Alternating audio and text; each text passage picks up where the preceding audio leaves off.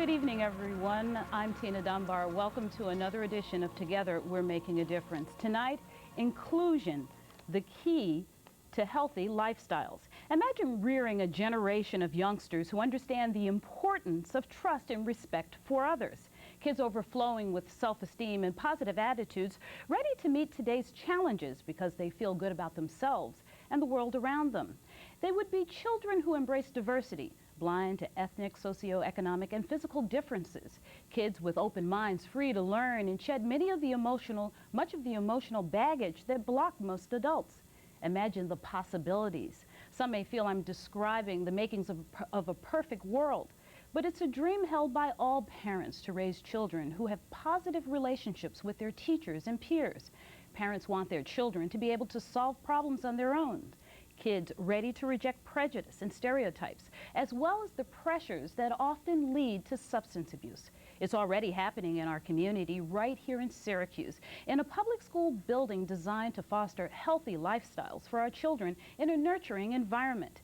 And tonight we're going to find out how the folks at the Jowonio School are working together to make a difference for the future. Remember, this is a live call-in show. Our number is 437-2696. Make sure to give us a call and let us know how you feel. Now let's welcome our guests.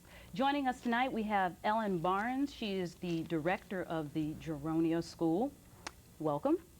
And Zan Currin, who is a teacher there. Welcome. Mary Jo Hebert, who is a parent of a student there. Welcome. Debbie Quick, who is also a teacher at the Ed Smith Elementary School, and Miranda Hine, who is a parent of a student at Ed Smith. Welcome all of you for joining us tonight. First, let's start off with a little history about Jowonio. It comes from the Onondaga language and it means to set free. Exactly what does that mean?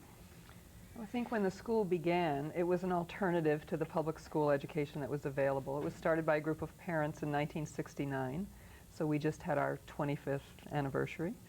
And at the time, the parents were really looking for a program that would respond more to the emotional, social growth of their children as well as the academic needs that the children had. And that was a more individualized program where each child's needs were supported. Mm-hmm. And that's continued to be our focus since we began in '69. And how do you focus on those needs? How do you do that? I think right now we serve a very wide range of children in our program. We're basically a preschool and kindergarten, and we have children of wide levels of abilities and needs. And what we want to do is create a community where all of those children feel like they are a part and where they feel like they're given the supports they need to learn. And why is something like that, this might sound like a silly question, but it really isn't. Why is something like that so important today? Well, I certainly think looking at where our country's going, the diversity in our nation, whether you're talking racial, ethnic disabilities, it's really important that all children have ways of interacting with people who are different from themselves, and that having an experience as a young child reduces the kind of prejudices that a lot of adults have, because I do think that prejudice has to do with fear of the unknown. And when you have been with people and sort of understand that we're more alike than we are different, and when you have strategies for introducing yourselves and developing and maintaining relationships with people who are different from you, then you really know that everybody sort of has a piece of the action in a community, and everyone has something to give and something to gain from being with a wide range of people. As a parent, why did you choose Jowonio? Well, actually, it's funny, in our family, I don't think that there even was a choice. I think our choice was just that there was no choice. Louis was born, he became part of the family, he's part of our church, our neighborhood, his school where he goes to class every day with his typical peers and other children with special needs, and we never really saw it any other way. We would never consider taking Louis out of a regular classroom and putting him in a classroom with just children with disabilities. So I guess that's why. If this school didn't exist, what would you have done? Well, it's interesting, as I listened to Ellen, she talked about parents really coming together and having a need and having a vision for their children and not seeing a type of school that existed at that time. I think that frequently you see a lot of parents with children with special needs who are such advocates for their children.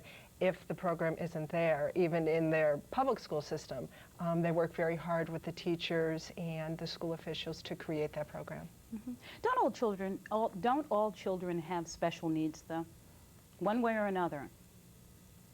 I think that's a nice way to put it. I think, no, I think that's true. I mean, I think it is that we wish that that's how the school saw it, that they sort of could respond to every child individually. But sometimes the numbers mean that that's really hard to do. Sure, you can understand how difficult that would be. And I think there's a sort of political piece to it too, which is that in a lot of ways the money and resources that go into schools to support equipment, to support extra staff, so that children who have special needs in terms of being able to participate, those resources follow because of the nature of a child's disability. And I wish that weren't the case, but I think it's true at this point in time. Your mission is to focus on inclusion. Explain what inclusion is. What are we talking about? Well, I think in the old days, it used to be that schools were basically for normal kids, typical kids we call them. Though I think when one looks closely, no one looks typical, but for kids without specialized needs. And if a child with a disability wanted to be part of that, and we used to call that mainstreaming, the deal was that the child needed to be ready to participate in the same way that the other children in the classroom were participating. And then we sort of moved maybe 8 to 10 years ago into talking about integration, where there was more planful interaction between children with special needs and typical students in schools. But it was still based on the premise that the schools belonged to the typical kids, that the curriculum belonged to the typical kids, and the children with special needs were being kind of allowed in. So where we are now, I think, and this is just me, I guess, is that inclusion, I think, means that we're thinking about the classroom as a classroom for everyone. And that includes children functioning at a lot of different levels, children needing supports to be able to be part of a group. And I think that's what inclusion is about. It means creating classrooms where there's room for everyone. And from the beginning, the idea is that there will be a range of children, and we need to support teachers in programming for all of those kids where they are. It's funny, the definition that you give, basically, that's how I see a classroom anyway. I mean, my daughter attends a school. She's what you would call a typical kid. And I see that wide range. I often wonder how the teachers are able to deal with that, because there is such a wide range of levels and abilities in a classroom. And it almost seems as if what you're doing is really what's already happening, but on a different level, of course. I think what we're saying is that it needs to be planful so that teachers feel like they have the support to be able to do that well. It's a tremendous challenge. As a teacher, how do you approach the curriculum? Basically, we start with what's considered to be good early childhood education, and then we try to adapt how each activity looks so that each child is able to demonstrate what their strengths are and grow in what they need to grow in. So we provide a range of adaptations, including sign language, and using a lot of print and objects and pictures, and give kids the support they need to be successful. Define good early childhood education. Exactly what do you mean? Well, that's a big question. Mostly what I mean by that is children learn actively. They learn by participating in their environment, and that... As adults do, basically. And that we can start with a plan. We have a lot of planning goes into what we do, but kids are really good at showing us what they need, and that a big part of teaching them is to follow their lead and to help them show us what they need to learn. And it seems like the most important thing that would come out of this is the idea of building self-esteem Right. in children. We want kids to learn to feel good about themselves, feel good about what they're good at doing, learn to be comfortable with the things that are difficult for them, and to feel like they themselves and every other child has a tremendous amount of potential. So how is inclusion related to the idea of drug prevention? I think the way I see it is, when we had talked about defining inclusion before, is I see inclusion more like a philosophy, basically, which says that we all have needs and we all have differences. And that goes for people who have labels and people who don't have labels. I think what happens, unfortunately, is that when kids are segregated, all throughout elementary school and then in middle school, they get into the teenage high school years, in which we all know is a difficult time for kids. They all are striving to fit in. They're uncomfortable with however they're different. You know, the tall people want to be shorter, short people want to be taller. You know, they have all of these standards for how people should act and appear. And I think that if we start from a very young age in celebrating differences, not hiding them, but celebrating them, that when our children get to that critical age, they're more comfortable. And therefore, you know, you don't have all of this suffering and dilemma as to why I'm different. I thought it was, I was thinking when Ellen was talking about the definition of inclusion, and when you said yourself about that you thought that that's the way classrooms should be anyway. I was recently at a meeting for my son's planning for next year, and I asked one of the administrators at his school where he saw inclusion in our elementary school. And he said, you know, that's a difficult question to answer because it changes year to year. It depends upon whether, you know, what kind of kids we have in class, what kind of teachers we have. And I thought to myself, you know, inclusion really, it's not like a light switch. You know, you don't turn it on, you don't turn it off.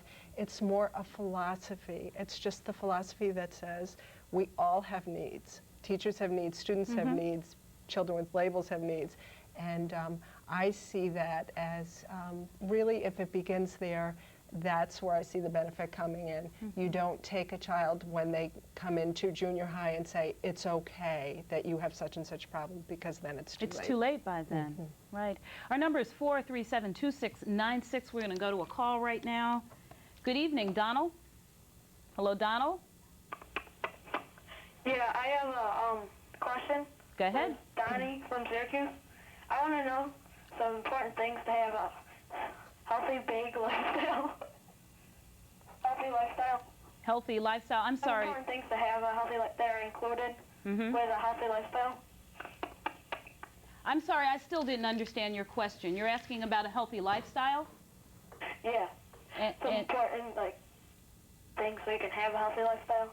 Oh, you want some ideas on some kinds of things that young people can do to have a healthy lifestyle? Yeah. Okay, well, let's ask our guests here and see if they can give you some ideas of some of the things that are going on. I think from a classroom perspective, it's really important for kids to feel successful in school, and that's why as a teacher it's important to, as Ellen was saying, look at all kids as individuals and really try to meet their individual needs in a classroom. And to also, I know as a teacher it was always really important for me to build a sense of community and that kids really support each other and learn together, are excited about learning, excited about just growing up and being together and appreciating each other for who they are. And to me that's part of having a healthy lifestyle. Now you have a student at Smith, which is the next level up.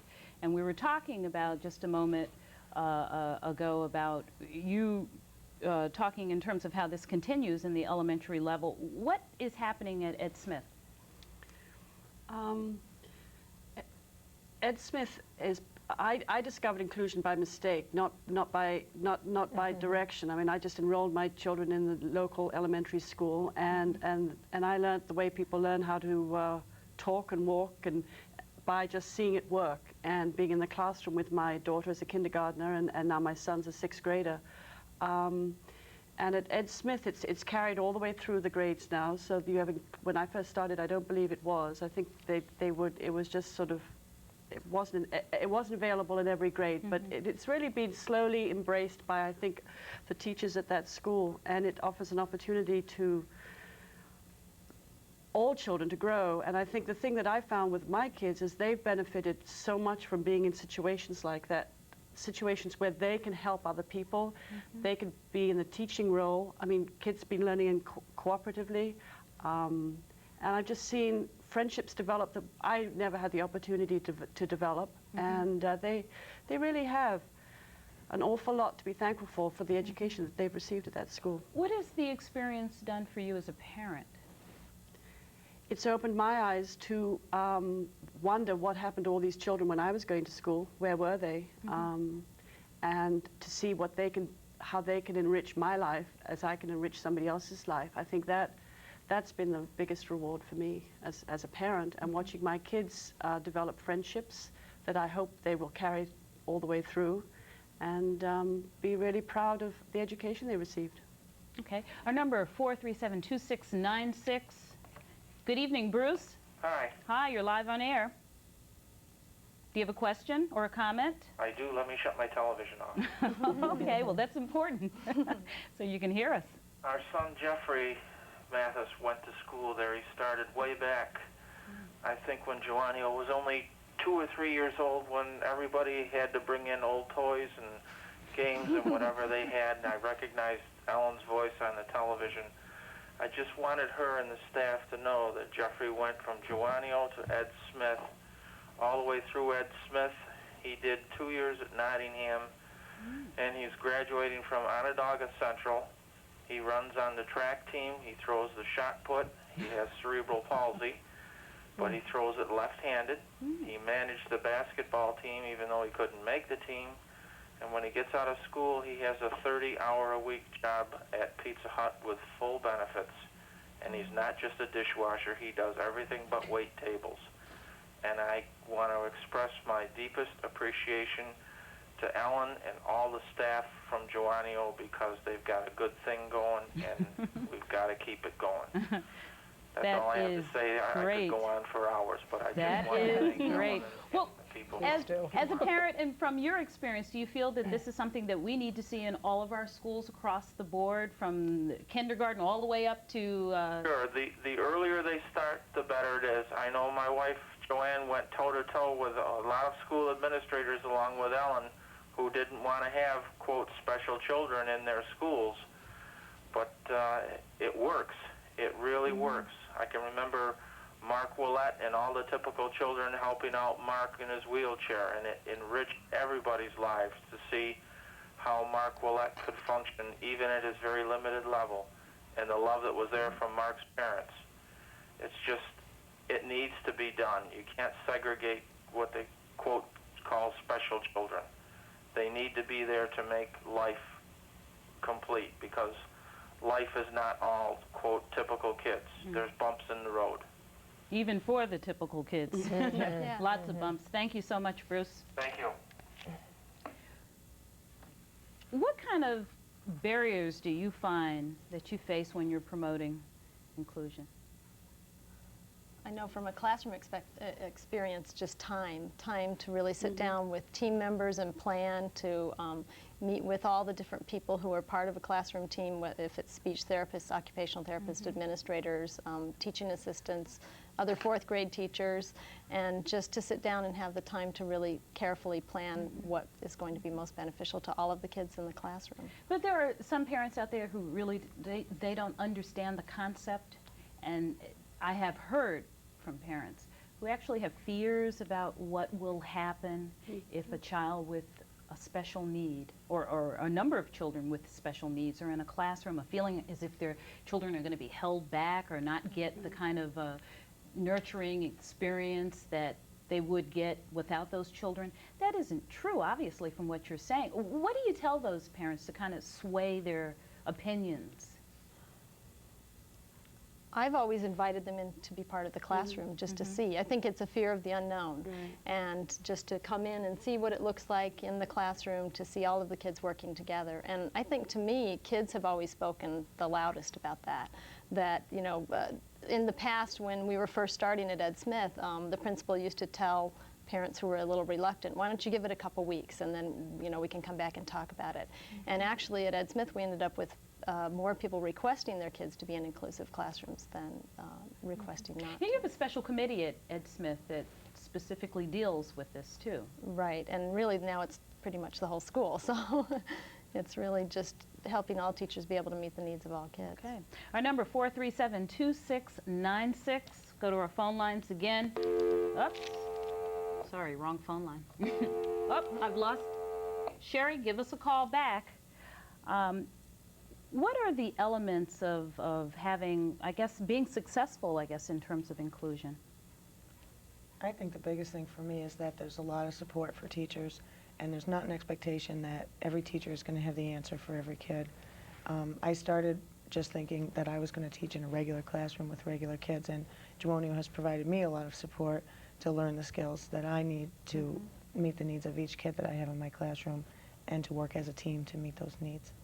What type of support or special training? I don't know if special training is involved, or what exactly is involved in that? So it's partly paying for us to take courses so that we can learn the things that we need to know about education. We had an intensive sign language class that was offered through Jowonio when a student in our school lost her hearing, going to workshops, but also having administrators and other teachers who are part of each other's classrooms, and we all really help each other brainstorm about our kids and think about what's going to work for each individual child. That's something that ought to happen in the other classrooms also. It doesn't always happen. That same kind of support, is that also provided at Smith? And I know the gentleman earlier, he mentioned Nottingham. They're doing the same thing there too? At Ed Smith, certainly I think the same kind of support is what's needed. And I can't really speak that much for the middle school or high school experiences, since I'm really just in the elementary. I know Miranda has a high school student. I don't know if she wants to. My experience again is through my daughter, who's at Nottingham now, and it seems when you go up into middle school and the high school that we kind of revert back to mainstreaming, in that the kids with special needs are in a separate classroom and come out for various classes. They're not in inclusive classrooms per se like they are in Ed Smith. Part of it because I suppose you don't have one teacher, that you're in one room, and that facilitates it, or can facilitate it. But there are students who make contacts with teachers within the building and do go out. But for the most part, it seemed, from my daughter's experience, it seems to be more mainstreaming. In fact, she said to me, "Why is that?" You mentioned Mark Willett, or somebody on the phone mentioned Mark Willett, and she went to school with him at Ed Smith, and she doesn't know how to kind of talk to him because he's sort of separate in a different room. And I said, well, you know, just go up to him and stuff. She said, well, it's not quite as easy because you're not in classrooms going from classroom to classroom with each other. So I think there's still a lot of work to be done. But hopefully with enough kids saying things like that, I think maybe it'll change, and with enough parents advocating. And I think that's back to parents really make a difference. And that's where support for training, I mean, I think that's been really important piece, is that you give people time to learn how to look at education differently. And I know that when I first came into the classroom, I had elementary background and special ed background, and I thought of them very separately. And now I really don't see that there's a separation, that it's just good quality education, that you have the opportunity to learn how to be a better educator, and that you're interested in learning and growing as a teacher. It's interesting, though, what you're saying in terms of what's happening on the upper levels, because it seems that you're just reversing the philosophy that you've been promoting all along. I mean, in terms of the district, I don't mean you individually, but it seems as if you're sending out a totally different, as if they are sending out a totally different message, somewhat confusing. Well, it was confusing to my daughter. It's confusing to me too. But I think there are some students who are managing to have an inclusive education at the middle school and high school. I know Fowler's got a program that I've heard is really very good. And it's like most change. It's one by one. It's not, you can't just put a stamp on a school and say, okay, you're inclusive. It's got to be teacher by teacher, student by student, parent by parent, administrator by administrator. And I think Syracuse is very forward looking in that sense. So I'm hopeful for it, but I just think there's more work that needs to be done in the upper grades. Well, it seems like the important element here is the relationship between the parents and, I mean, obviously the students also, but especially in terms of the communication that exists between the teachers and the parents. Right. Would you say that that's a major part of it? And without it, I would think that we would all be lost. because it takes the two together. It's not just what happens inside the classroom. It's a total experience, a total environment that you're working with in terms of when the child goes home. All right, our number is 437-2696. Good evening, Bob. Yes. My question is more, the city school district does a very good job of inclusion, but there are other school districts outside of the city, and especially in the middle schools and up to the high school, where not only the administration but some of the teachers are extremely reluctant. You've already touched on this. How else can you try to get those teachers, and they're kind of from, you could say, the old school, to loosen up, to enlighten them? Let's ask that question. What kinds of things do you think can be done for these teachers? And I guess I'd sort of start with supporting them around what their issues are at the time, and trying to help the teachers be expressive about what their concerns are, what their anxieties or fears are, and then trying to put into place either supports for them or for the children that will let them feel more confident about about approaching children who have significantly different needs. You know, there are a number of suburban districts in our county that are really trying some very interesting things. I think one of the problems at the high school level in particular is that the focus on curriculum content divided by subject areas is very intense, and that it's harder to create a community out of a class with that kind of focus. Right, because you don't really have that initially. I mean, other than the homeroom, that everybody comes together for the homeroom and then everybody spreads out. But what about from the standpoint of the parent? I mean, what you've said really, to me, sounds more in terms of what the administration can do to help those teachers. But what about from the standpoint of a parent maybe who's out there and they really need to have this type of support in terms of their children? What can they do? Well, the law certainly supports them. I mean, part of the law talks about least restrictive environment, LRE, and it's part of the federal law and part of New York State law. And parents have a right to have their children educated in the environments of other children their age. And so there's a lot of support for parents trying to create an individualized program that is with typical children. And I think that's where you start. There are a number of advocacy groups in our community that would help a parent try to develop a program for their child. And we can certainly let them know what those groups are. Okay, Bob, I hope we answered your question. Our number, 437-2696. Good evening, Jeremy. Yeah, hi. Hi. I have a question about, now I go to a Catholic school and they have a great health education class. And I think that really helps, you know, me like learn how to eat healthy and stuff. So when I get older, you know, I don't have problems with my heart and everything. And I would also like to say that Jeremy Sinclair is friends forever with Jeremy Alley. Okay. Yeah, thanks a lot. All right, thank you. Is there anyone who cannot be included in this? I don't think so, because I think the problem is to find the right support so that every student can participate, and that the first step is to have the will to do it, and then the way can be found. And there's so much technology available now that even when someone has significant disabilities, there are ways to develop communication systems for them to participate in classroom activities. And there's the information available to teachers on how to adapt their goals and their materials and their objectives to support a wide range of children. I don't know if everyone else agrees. Do you agree with what she's saying here? Okay. Kids, what kind of initial reaction do you notice for, as you call them, typical? I think they're all kids basically the same. But what kind of initial reaction do you find with kids when they first come into the classrooms? I think mostly kids just see each other as kids, and I think that's their primary reaction. Sometimes kids have questions. They're usually at a pretty basic level. Why does this child use sign language? Why can't so-and-so talk? And they're satisfied with a pretty simple answer. But they really relate to each other generally as kids. You brought a tape with you showing inclusion in action. I want to go to that real quick so that we can see exactly what goes on in the classroom. Okay. This is your classroom in particular, yes. and we can see exactly how kids react to this. Let's take a look.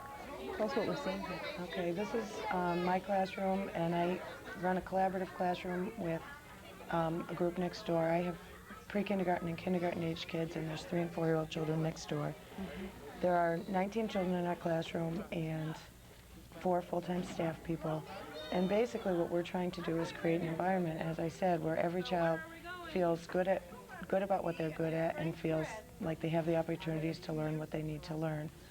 We try to have a total communication environment where the kids are learning about using their oral language, their sign language, they're reading about literacy skills, and really giving every child an opportunity to participate in everything that's happening around them.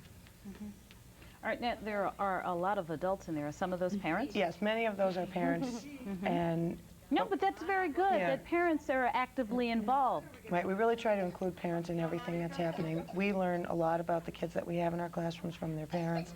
We try to share ideas and strategies with each other, and it creates more of a sense of community. And do you stay in contact with parents, not just in terms of getting them into the classroom and going through the standard like parent-teacher conferences, but do you go beyond that in terms of other things that you do? We do, especially with our younger children, we do very regular home visits. We go to their houses and spend time with the families and the kids outside of school. We have some after-school events that happen, evening events that include parents and kids. We also have regular phone conversations with parents and write notebooks back and forth, particularly for the kids that aren't able to go home and tell their parents about what happened during the day. I think the idea of the home visits, that's very interesting. That's a unique approach because we're not doing that anywhere else, are we? Are we doing it in any of the other schools? And it definitely gets more difficult as the kids get older and you have more and more children to do that with, but it really helps build relationships with the kids in the classroom. And with those parents, too. Right. All right. We're going to take a quick break, and when we come back, we'll talk a little bit more about inclusion. Back in a moment.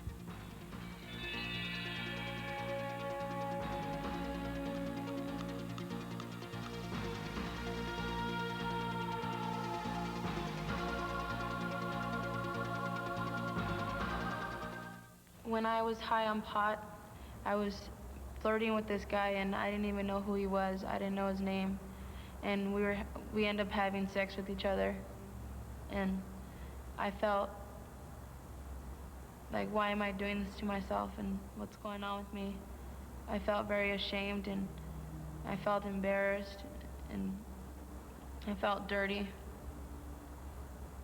Marijuana, it won't get you nowhere.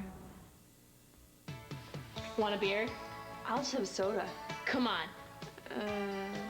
Fine, I'll have a wine cooler. What do you think you're doing? Don't you dare tell Mom and Dad about this. Mom, Dad, I gotta talk to you. What's up? Don't be afraid to talk to your parents about alcohol. This message was created for the Clear Minds, Clear Messages About Alcohol contest. For a free kit to help you talk to your kids about alcohol, call 472-DRUG. For me, I lost everything that I had. My parents, my house, everything, just because it all started with marijuana. And I said I was just only going to smoke marijuana, but it didn't work that way.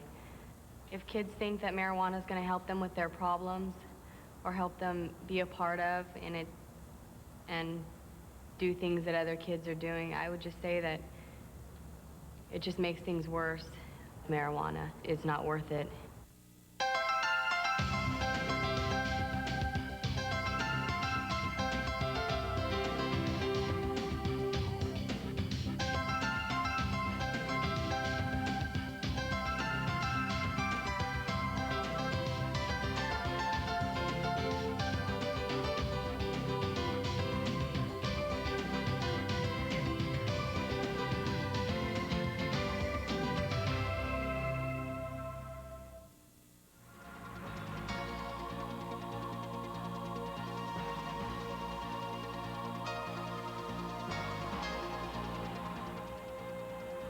Welcome back to Together We're Making a Difference. Tonight we're talking about inclusion, the key to healthy lifestyles. And joining us we have Ellen Barnes, who is the director of the Jowonio School, Zan Currin, who is a teacher there, Mary Jo Hebert, who is a parent of a student at that school, Debbie Quick, who is a teacher at the Edward Smith Elementary School, and Miranda Hine, who is a parent of a student at Ed Smith. We're going to start off first by going to our phone lines. Good evening, Joe. Hello? Hi, Joe. You're live on air. Do you have a question or a comment? Yeah, at my school, a lot of kids get, like, picked on and ridiculed, and their self-esteem is really low. And I wanted to know if there's any way I could, like, you know, boost their self-esteem. Things that you can do to help your friends? What? Things that you can do to help your friends? Yeah, because they get, like, picked on, and I don't really like it. Like, that's a good question. Like mo-shops. That's a good question. Let's see if we can ask in terms of some of the things that you know from your experience. What kinds of things do you think that young people can do to kind of take this in their own hands, I guess, and turn it around? Well, one of the things that I always did in my classroom was to have a class meeting, which was just a time when the students in the class could talk about issues like that would come up. And really, I think it's a matter of understanding each other, and that they really don't know enough about each other so they feel insecure and feel a need to pick on each other. And again, being successful, just socially being successful academically, really builds kids' self-esteem. Do you feel that there are kids, like for example, sometimes kids are picked on because maybe, you know, they don't do certain things as well as other kids? Normal adults have that same kind of situation also. But do you think that there are some kids out there, especially on the upper levels, who really have special needs that have been missed?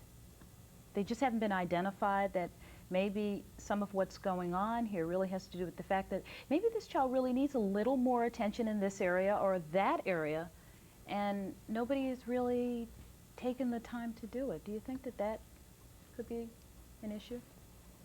I certainly think that that's true. I mean, otherwise we'd have a perfect world, wouldn't we? There are people, especially if they don't make a lot of noise in the classroom, that can just go through year after year without really getting. I have to backtrack a little bit. Kids with special needs have what they call an individualized educational plan, and when I first heard about that, I said, why don't all kids have this? Because it's a wonderful opportunity for administrators, teachers, parents, all the support people to come around one kid and to make sure that that kid's needs are really met.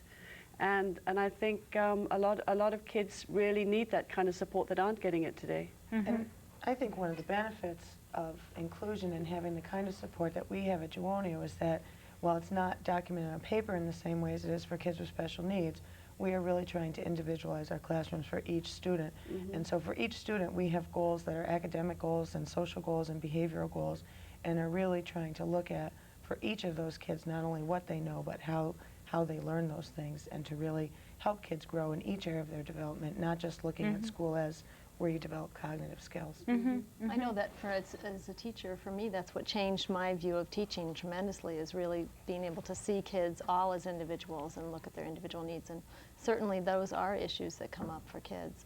And I know, for instance, that I had one parent even questioning why I was doing cooperative learning and saying, well, my kid is really bright and I don't see why she benefits from that. But when we really sat down and talked with the student and the parents, some of the things that she really had a hard time with were social skills. She was always bossing other kids around because she felt like she always had the right answers, and she didn't get along very well with other kids. And what she learned a lot from in cooperative learning was really how to work with other people.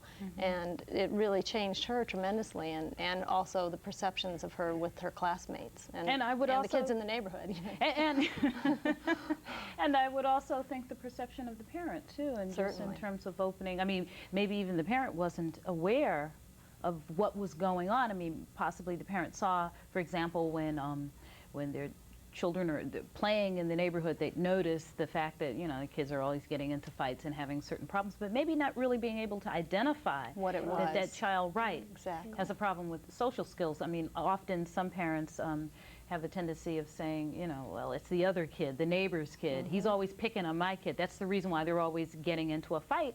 And sometimes they need to realize it's just like adults. It takes both sides to fight.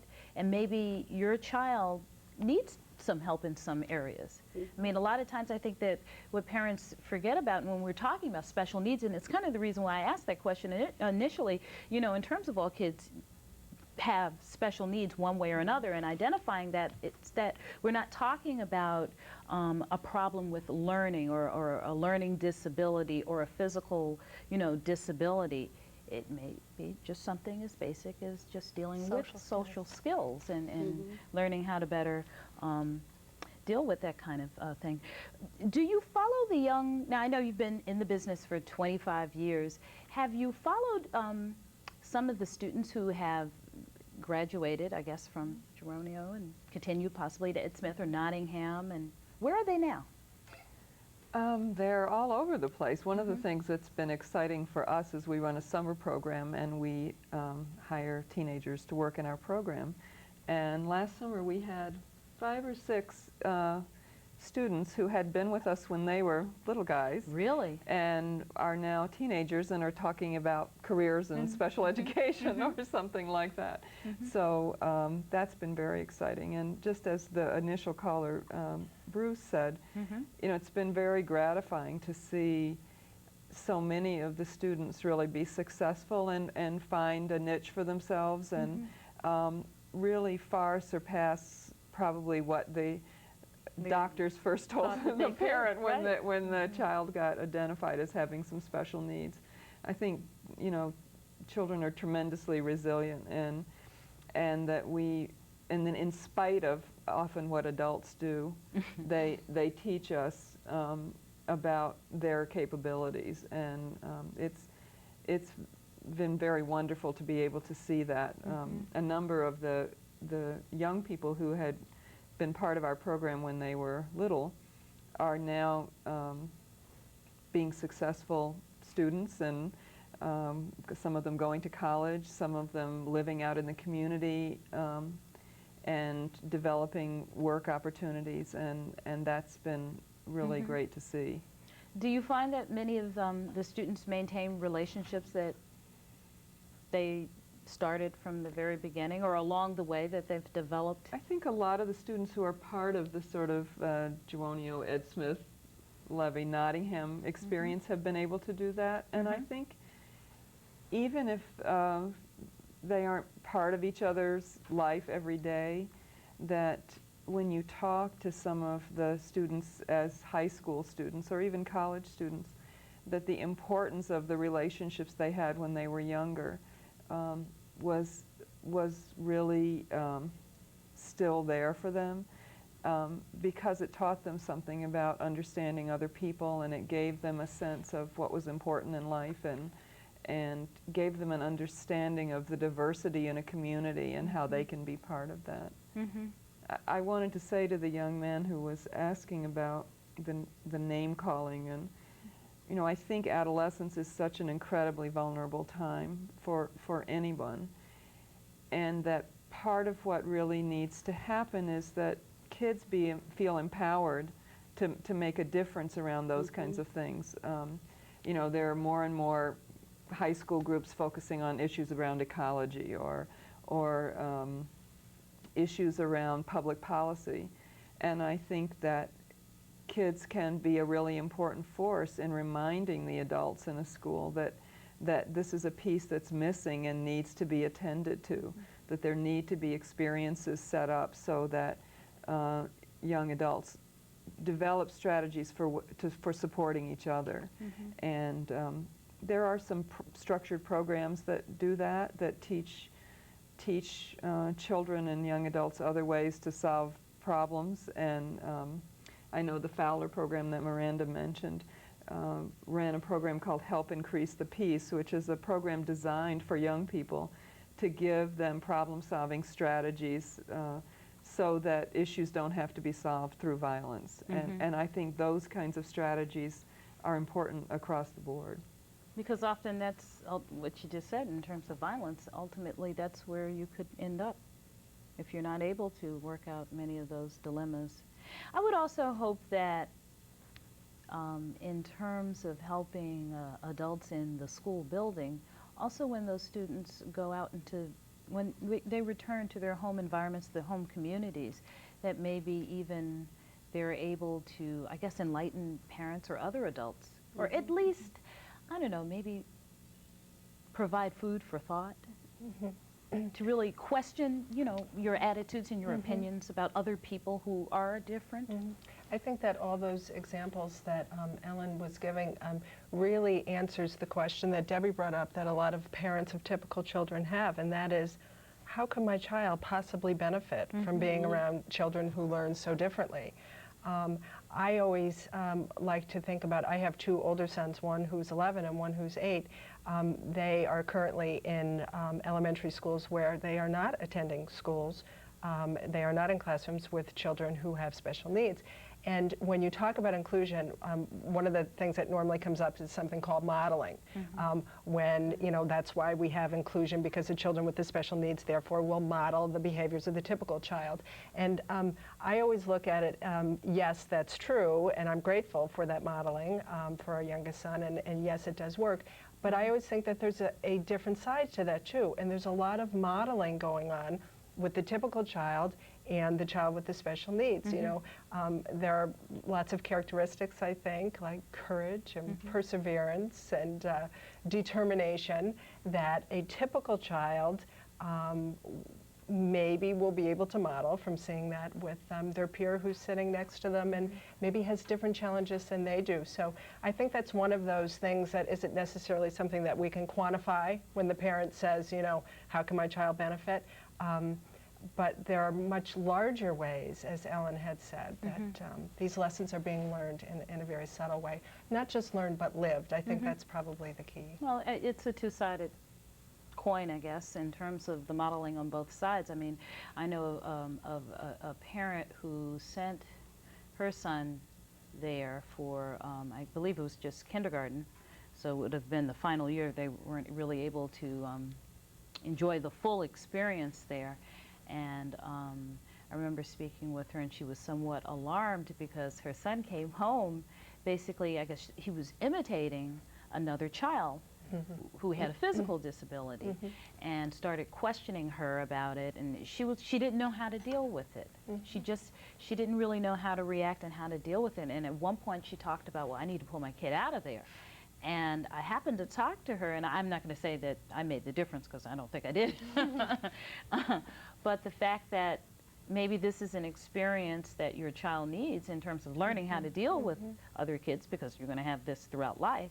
And maybe you need to maybe speak with the folks there in terms of giving you some kind of advice in terms of how to not only ease your concerns, but maybe the right kinds of things the right way to address some of the issues with your child, so that, you know, and maybe this is a normal, typical reaction for many children. And I think we are uncomfortable answering the questions that kids have, because as we were growing up, we weren't exposed to a lot of people with disabilities, and so most of the time it's our discomfort. And I think it's not unusual for kids, especially young children, to go through a variety of different ways to express their questions about a person that they perceive as different. And it might be that the child has physical needs, and why isn't this child able to walk?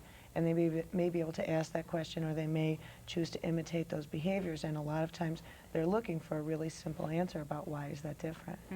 And I guess that's a real good point that you made, the fact that we didn't grow up, we as adults, we didn't experience this, we didn't grow up with it, so we don't really understand it.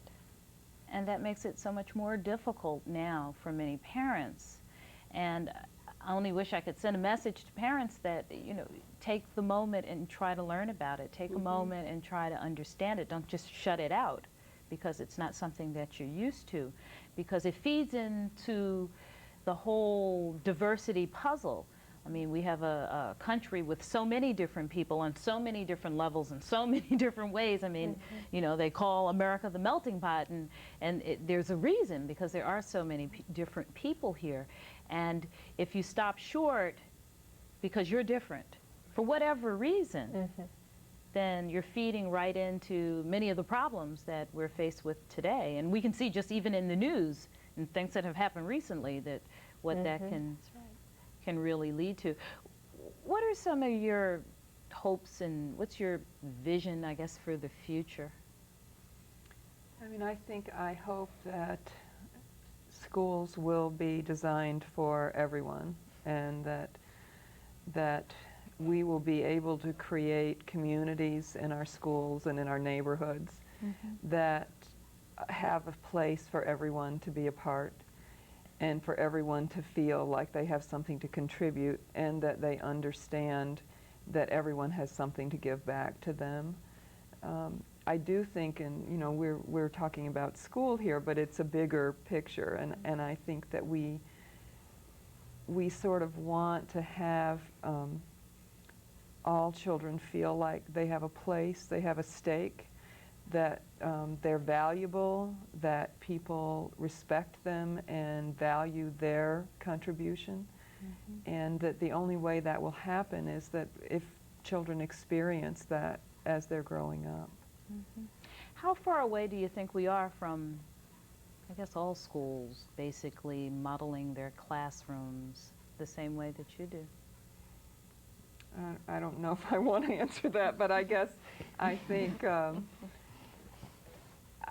children have a lot to teach us, and that schools, whether we think of it consciously or intend it, are a major socialization force. No, that's right. And that part of what happens in schools is that we learn so much more than ABCs and academics, that we learn about other people, and we learn about ourselves in comparison to other people. We learn how people value us and who else is valued in the society.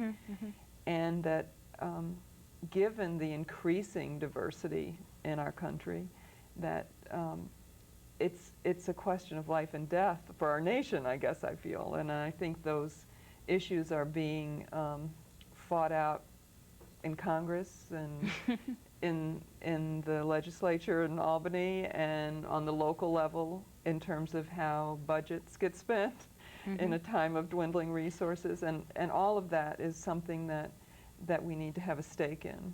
Do you feel our present political climate right now will, I guess, hurt the future? I mean, we're talking about cutting back in school aid just across the board, period, for all kids. Do you feel that that may hurt us in terms of what you're trying to do? I mean, because I think that, I mean, you need resources. I mean, we all need resources in our schools, but maybe some of the resources that you need, obviously in terms of training teachers and having certain specialized equipment, do you feel that that will hurt? Yes. I guess I think that, you know, what everyone, I guess, has their own vision of what a just world would be, or a just community, and I certainly, from my perspective, feel that when decisions are made to spend money on bombs or tax cuts for the rich instead of on social services and education, that those decisions don't reflect my priorities, that I think that the future is going to be dependent on a nation of children who get good service when they're young and learn about ways to build a diverse community and have people learn to live together in peace and supporting each other, and that we can really, we're going to create over the next 4 years a climate where that's less likely to happen. Is there anything that, I guess, we as a community, do we have to depend upon the politicians to make this happen? Is there anything that we can do as a community, as individuals, as private funding from corporations, or should we look in that direction? I mean, I think that's a possibility, but I also feel as a democracy that it's really important for people to be heard, and that often as individuals we don't feel like that's important.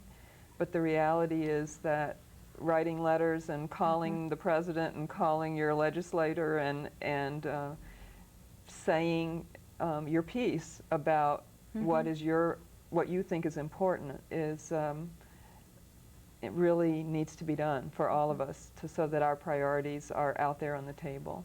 As parents, how do you see the future? And what's your biggest concern about the future now? Well, some of the things obviously that Ellen had talked about in terms of funding. I like to think, first of all, about my vision, and then, you know, worry about maybe what might come in the way of that and how we could work towards eliminating those things. I think my biggest dream is that every year when we go to committee and talk about Lewis's services, that we will reach the point where it will no longer be a question as to whether or not he's included, who will support him, is it okay, is this the classroom, will the teacher agree, that we could someday get to the point where it's just assumed and we just all meet to collaborate on how best to do that. I guess that would be my vision. I would share that vision because I think inclusion really speaks to, I think the world needs to be inclusive. Our classrooms, but the world in general, every aspect of it, that the most important thing that we really have to sort of work towards is respecting one another and knowing that we all have something to give and everybody has something to give. And anytime you have any setup where you pigeonhole people regardless of race or age or ability or you're just breeding ignorance and intolerance, I think. And so inclusion, I just hope that the whole world will become inclusive in the sense that we will respect one another. And as teachers, do you see your jobs getting harder, more difficult, just because of the climate right now and the way that the direction we seem to be going in? Well, I certainly think that we're likely to end up with more students in every classroom, and that takes away from the ability to give each student what they need. I think it is harder, but I guess I'm also hopeful because I see a lot of really positive change happening.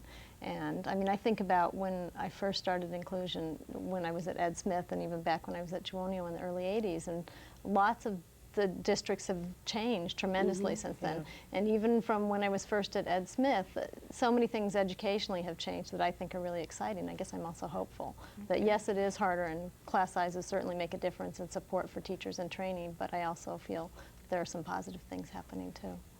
Well, I would hope all the progress that you've made over the last 25 years plus continues, because I would hate to see that at this point, just because of some of the things that are happening on the federal, state, and local levels, I would hate to see that, you know, we backtrack. Because as you all have said, this is so important for our future, and our future not just as individuals, but just as a society of people, that we really need to take a good close look inside ourselves, and especially what we're doing to our children.